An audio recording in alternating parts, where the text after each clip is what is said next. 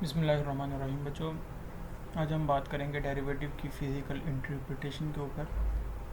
देखें, आपको इस बात का तो पता है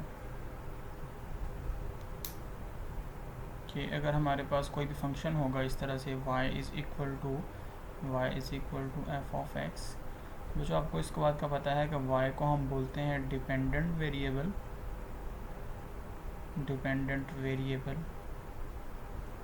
और x को हम बोलते हैं इंडिपेंडेंट वेरिएबल।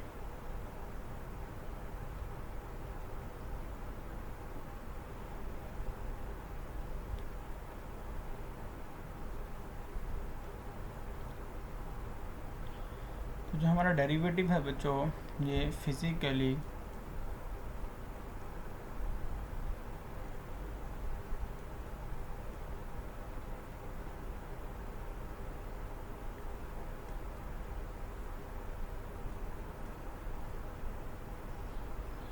represent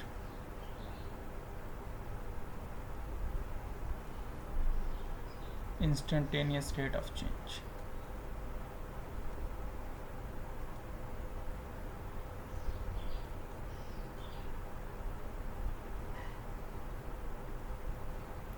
इसका क्या मतलब है, इसको ज़रा हम समझते हैं। जो एक है एवरेज रेट ऑफ चेंज और एक है इंस्टेंटेनियस रेट ऑफ चेंज। ठीक है, आइजैक न्यूटन और लेबनिज जो थे जर्मन मैथमेटिशियन लेबनिज, ये दोनों एक प्रॉब्लम पे काम कर रहे थे, इंस्टेंटेनियस रेट ऑफ चेंज की प्रॉब्लम पे। उसके वहाँ से हमने डिराइव किया था डेरिवेटिव को। तो बच्चों, इसको ज़रा समझें।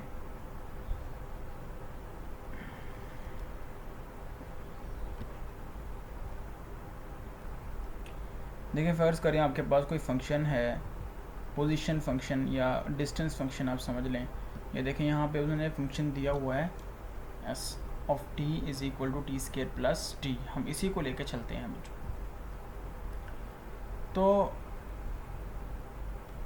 फ़र्ज़ करें हम बच्चों, हमारे पास एक फंक्शन है s of t is equal to t square plus t. अब हम ये फंक्शन जो है, इसको हम समझ लेते हैं ये डिस्टेंस फंक्शन है।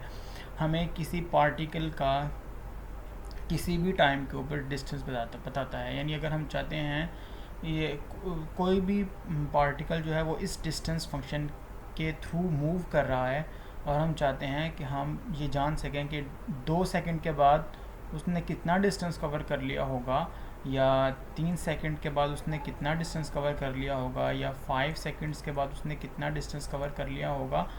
तो बच्चों, ये हम इस फंक्शन के ज़रिए फाइंड आउट कर सकते हैं। यानी अगर हमने ये जानना है कि 2 सेकंड के बाद वो हमारा जो पार्टिकल है उसने कितना डिस्टेंस कवर किया है, तो हम यहाँ पे पुट कर देंगे 2 s f 2 is equal to 2 का स्क्वायर प्लस 2।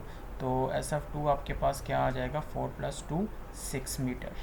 ठीक है, तो 2 सेकंड के बाद वो फंक्शन जो हमारा जो पार्टिकल है वो 6 मीटर डिस्टेंस कवर कर गया होगा।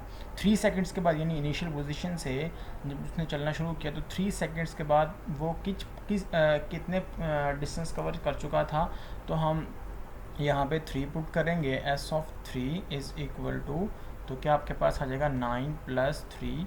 तो एस ऑफ 3 आपके पास क्या आ जाएगा बच्चों, 9 प्लस 3 12 आ जाएगा। ठीक है, इसी तरह 5 सेकंड्स के बाद वो कितना डिस्टेंस कवर कर चुका होगा, तो हम इसके ज़रिए वो भी फाइंड आउट कर सकते हैं। अब आपको पता है कि अगर हमने किसी भी पार्टिकल की स्पीड फाइंड आउट करनी हो, तो स्पीड का क्या मतलब होता है, स्पीड होती है बच्चों rate of change of distance with respect to time. ठीक है, कि अगर हम एवरेज स्पीड निकालना चाह रहे हैं किसी भी पार्टिकल की किसी इंटरवल के ऊपर, तो वो क्या होता है, average rate of change of, अगर हमने बच्चों एवरेज स्पीड फाइंड आउट करनी है तो वो क्या होगी, rate of change of this distance function with respect to the time. तो हमारे पास स्पीड आ जाएगी। आपको ये फार्मूला तो आपने पढ़ा होगा, बहुत दफ़ा इसको देखा भी होगा, v is equal to s over t होता है, s is equal to v t. यहाँ से हम v is equal to s over t लिख सकते हैं।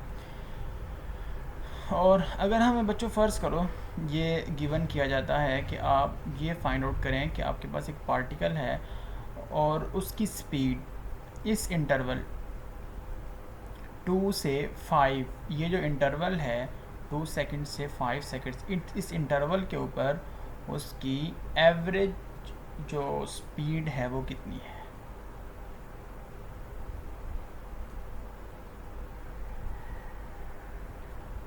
एवरेज स्पीड कितनी है, हमें ये फाइंड आउट करने के लिए कहा जाता है। तो हम ये कैसे फाइंड आउट करेंगे? देखें, हम सबसे बच्चों क्योंकि हमने एवरेज स्पीड निकालनी है तो हम क्या करेंगे, हम फाइनल पोजीशन, हम जो फाइनल टाइम हमें गिवन है वो क्या है 5, तो हम S5 फाइंड आउट करेंगे।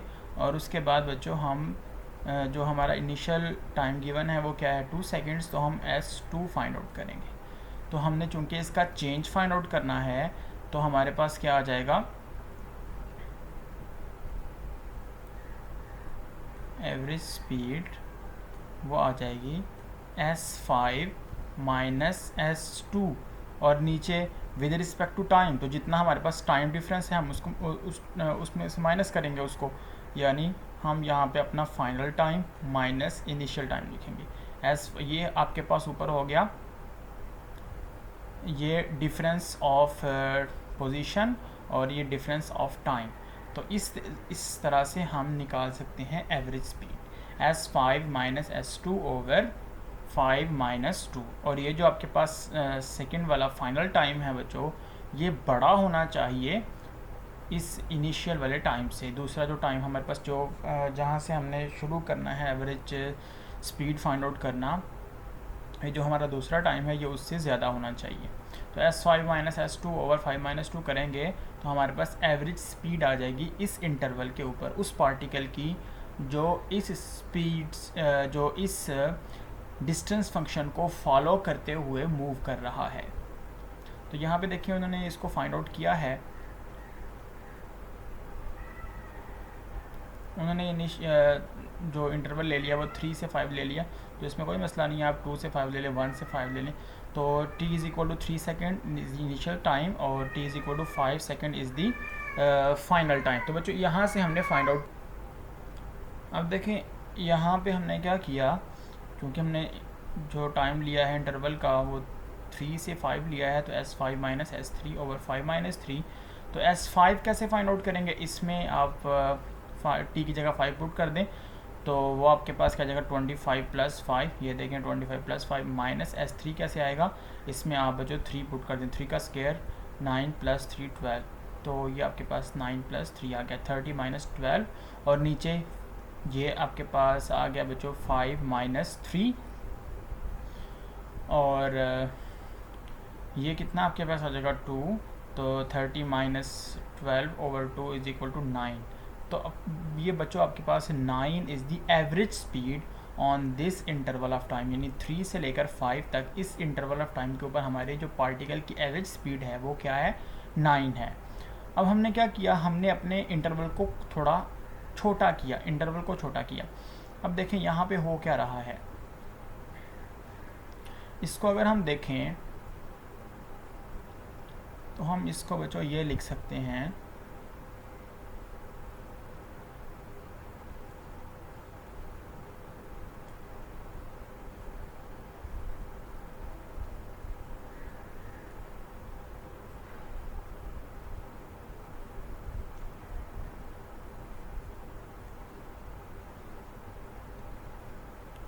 अब देखें यहाँ पे जो मैंने इंटरवल यूज़ किया है वो कौन सा यूज़ किया था 2 से 5, बुक वाले ने 3 से 5 यूज़ कर लिया, कोई मसला नहीं है। अब देखें यहाँ पे जो सेकंड वाला हमारे पास फाइनल टाइम है वो ज़्यादा है इस इनिशियल टाइम से, तो बच्चों इसको हम क्या ऐसे नहीं लिख सकते कि हम फाइनल टाइम को नाम दे दें T2 का और इनिशियल टाइम को नाम दे दें T1 का और ये हमारे पास एक इंटरवल बन जाए। तो इसके ऊपर अगर हमने एवरेज स्पीड फाइंड आउट करनी हुई तो हम कैसे फाइंड आउट करेंगे एवरेज स्पीड, हमें फंक्शन कोई भी गिवन है s ऑफ t, कोई भी फंक्शन गिवन है, तो इसके ऊपर अगर हमने एवरेज स्पीड फाइंड आउट करनी हुई तो वो कैसे फाइंड आउट करेंगे, वो हम फाइंड आउट करेंगे फाइनल टाइम के ऊपर s of t two, distance function इस पर अप्लाई करेंगे, s of t two minus s of t one over t two minus t one. और बच्चों यहाँ पे एक चीज़ ज़रूर याद रहे कि t two will always be greater than t one, तो उसके ऊपर हम अपनी एवरेज स्पीड फाइंड आउट कर लेंगे।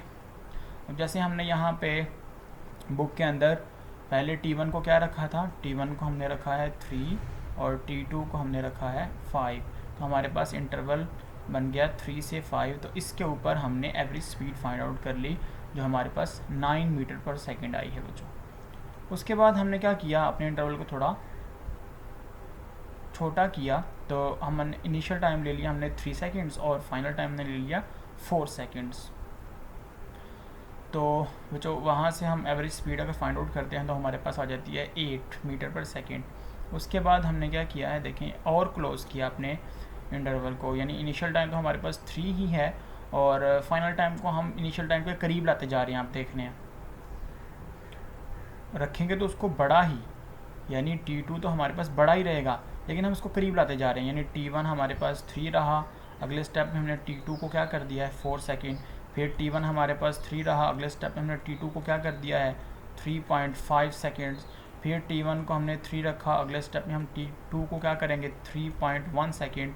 तो बच्चों देखें इस पर हमारे पास जो स्पीड है एवरेज स्पीड, उस पर क्या डिफरेंस आ रहा है हमारे पास। देखें हमारे पास पहले स्पीड 9 मीटर पर सेकंड थी इस इंटरवल के ऊपर, फिर 8 मीटर पर सेकंड आ गई, फिर 7.5 मीटर पर सेकंड आ गई। अब इसको आगे देखते हैं। अगर हम इंटरवल ले लेते हैं 3 से 3.1, तो अब हमारे पास स्पीड आई है 7.1 मीटर पर सेकंड। फिर हमने और इसको छोटा कर दिया, तो इनिशियल टाइम हमारे पास 3 सेकेंड है और फाइनल टाइम 3.01 सेकेंड। यानी इस शॉर्ट इंटरवल के ऊपर हमने देखा कि हमारे पास एवरेज स्पीड आ रही है 7.01। और फिर बच्चों हमने जैसे हमारे पास ये लिमिटिंग प्रॉब्लम, उसी तरह की ये एक प्रॉब्लम है t=3 और t=3.001, हमने और क्लोज कर दिया। तो इस इंटरवल में बहुत थोड़ा डिफरेंस है, टाइम डिफरेंस बहुत थोड़ा है, t=3 और t=3.001 सेकेंड।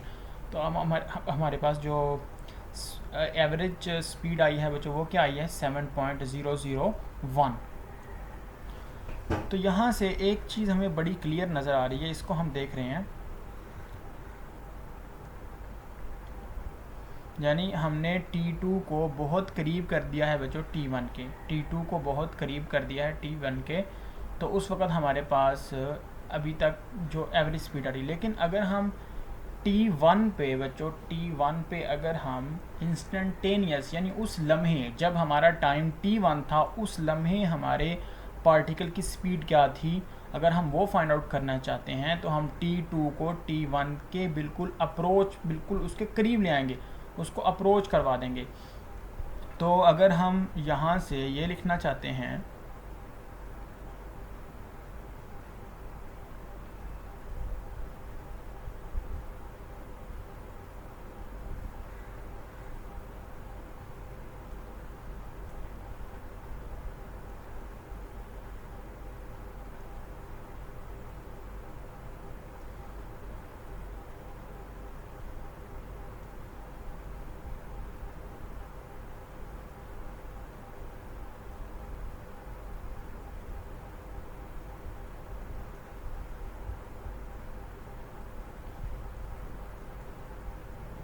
बच्चों, अगर हम इंस्टेंटेनियस रेट ऑफ चेंज यानी इंस्टेंटेनियस स्पीड फाइंड आउट करना चाहते हैं तो हम यहाँ लिख सकते हैं कि limit T2 approaches to T1 for S of T2 minus S of T1 over T2 minus T1। तो ये हमारी T1 के ऊपर इंस्टेंटेनियस स्पीड आ जाएगी क्योंकि T2 अप्रोच कर गया है T1 को। अच्छा, इसको एक लिखने का और छोटा तरीका और को तरीका ये हो सकता है कि देखें यहाँ पे हम क्या करते हैं कि T1 को तो हम T ही लिख लेते हैं, सिंपल T लिख लेते हैं, और T2 जो है बच्चों चूँकि वो T1 से ज़्यादा है, अगरचे उसको अप्रोच कर रहा है, लेकिन जो सेकंड हमारा फाइनल टाइम होगा वो इनिशियल टाइम से ज़्यादा होगा हमेशा। तो अब क्या करेंगे, हम इसमें थोड़ा सा इंक्रीमेंट कर देते हैं, टी प्लस डेल्टा टी कर देते हैं बच्चों हम यहाँ पे। और डेल्टा टी क्या चीज़ है, a small increment in T, यानी अगर हम फर्ज करो टी को लेते हैं 3 और यहाँ पे तो t3 ही रहेगा, और तो डेल्टा टी का मतलब है 0.0001। ये स्मॉल इंक्रीमेंट है, छोटा सा इजाफा है टाइम t में। तो हम t2 को अगर ये लिख लें, तो अब हमारे पास यही वाला फार्मूला क्या बन जाएगा, इसको हम क्या लिख सकते हैं बच्चों,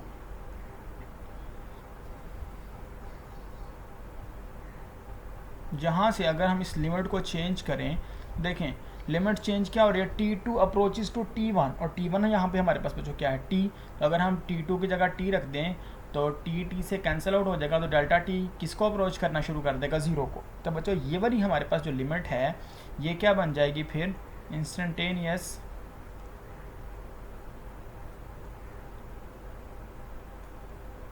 रेट ऑफ चेंज, ये क्या बन जाएगा आपके पास, लिमिट डेल्टा टी, या इस डेल्टा को वैसे ही लिख लेते हैं हम,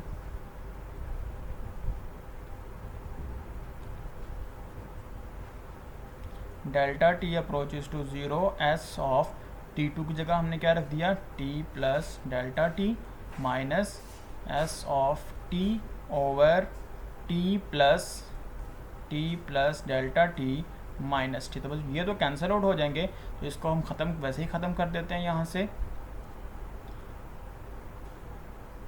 तो हमारे पास ये फार्मूला बन गया इंस्टेंटेनियस रेट ऑफ चेंज का। तो बच्चों ये हमारे पास फार्मूला बन गया इंस्टेंटेनियस रेट ऑफ चेंज का, यानी किसी भी ख़ास टाइम के ऊपर अगर हम इंस्टेंटेनियस स्पीड फाइंड आउट करना चाह रहे हैं यूजिंग द डिस्टेंस फंक्शन, तो हम इस फार्मूले को यूज़ करके उसकी इंस्टेंटेनियस स्पीड फाइंड आउट कर सकते हैं।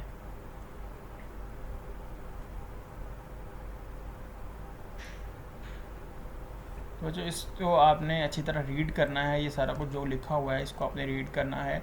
उसके बाद डेरिवेटिव ऑफ फंक्शन पे हम आएंगे, और हम यहाँ पे देखेंगे कि यहाँ पे सेम नोटेशन वही वाली यूज़ हो रही है जहाँ जिसको हमने पढ़ा है अभी इंस्टेंटेनियस रेट ऑफ चेंज में, उसी तरह की नोटेशन यहाँ पे यूज़ हो रही है, limit delta x approaches to 0, क्योंकि यहाँ पे हमारे पास जो इंडिपेंडेंट वेरिएबल है वो क्या है, एक्स है।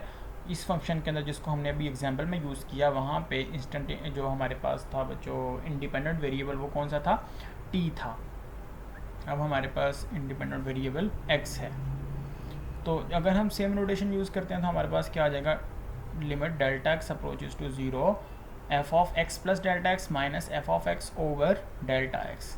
तो इसको हम बच्चों बोलते हैं derivative of the function instantaneous rate of change. और इसको लिखने के हमारे पास इसकी नोटेशंस बहुत सारी हैं हमारे पास। ये जो आपके पास फॉर्मूला लिखा हुआ है इसी को अगर हम लिखें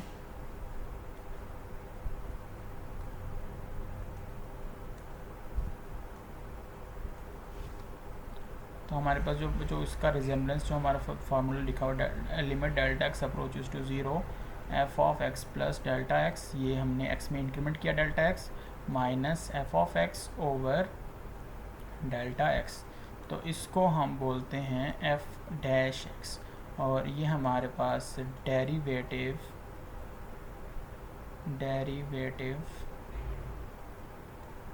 ऑफ एफ है, ठीक है। विद रिस्पेक्ट टू एक्स हमारे पास ये फंक्शन का डेरिवेटिव है, और इसके हमारे पास डिफरेंट नोटेशन है। अब इसको हम मज़ीद भी एक्सप्लेन करेंगे, इसको बच्चों हम मज़ीद एक्सप्लेन करेंगे यूजिंग दी ग्राफ, कि ग्राफ के अंदर हम डेरिवेटिव को किस तरह से रिप्रेजेंट करते हैं और हम इसको कैसे फाइंड आउट करते हैं। तो ये हम मज़ीद डिस्कशन करेंगे, लेकिन उससे पहले आप लोगों ने इसको रीड करना है। इसकी डिफरेंट नोटेशंस हैं हमारे पास। हम इस प्रोसेस को भी पढ़ेंगे कि ये कैसे इसने यहाँ से डेरिवेटिव को फाइंड आउट किया। मैंने आपको सिर्फ रिजेम्बलेंस दिखाई है अभी, कि रिजेम्बलेंस इसकी इंस्टेंटेनियस रेट ऑफ चेंज से हमारे पास डेरिवेटिव की जो डेरिवेटिव है उसकी रिजेम्बलेंस कितनी है। यानी पहले हमारे पास formula instantaneous rate of change of position with respect to time के हमारे पास जो फार्मूला आया था वो क्या आया था बच्चों, हमारे पास delta t approaches to 0 s of t plus delta t minus s of t over delta t. तो यहाँ पे देखें कितनी रिजेम्बलेंस मौजूद है, f of x plus delta x minus f of x over delta x और limit delta x approaches to zero, ये हमारे पास डेरिवेटिव है।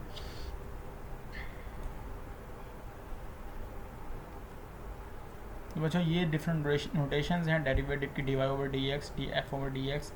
न्यूटन ने इसको एफ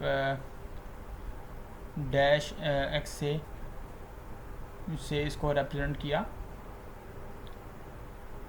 ठीक है, और लेग्रांज ने इसको एफ डैश एक्स से, और कॉशी ने इसको जो है हमारे पास डी, कैपिटल डी शुरू में यूज़ किया, एफ ऑफ एक्स से इसको डिनोट किया था इसने। ये नोटेशंस आप लोगों ने देख लेनी है, इसकी थोड़ी हिस्ट्री है, शुरू में ये कुछ लिखा हुआ है, आप लोगों ने पढ़ लेना है, फिर हम इस पर मज़ीद डिस्कशन करेंगे अपने नेक्स्ट लेक्चर्स के अंदर, और ये स्टेप्स पढ़ेंगे कि किस तरह से हमने डेफिनेशन को यूज़ करते हुए F dash x find out करना है।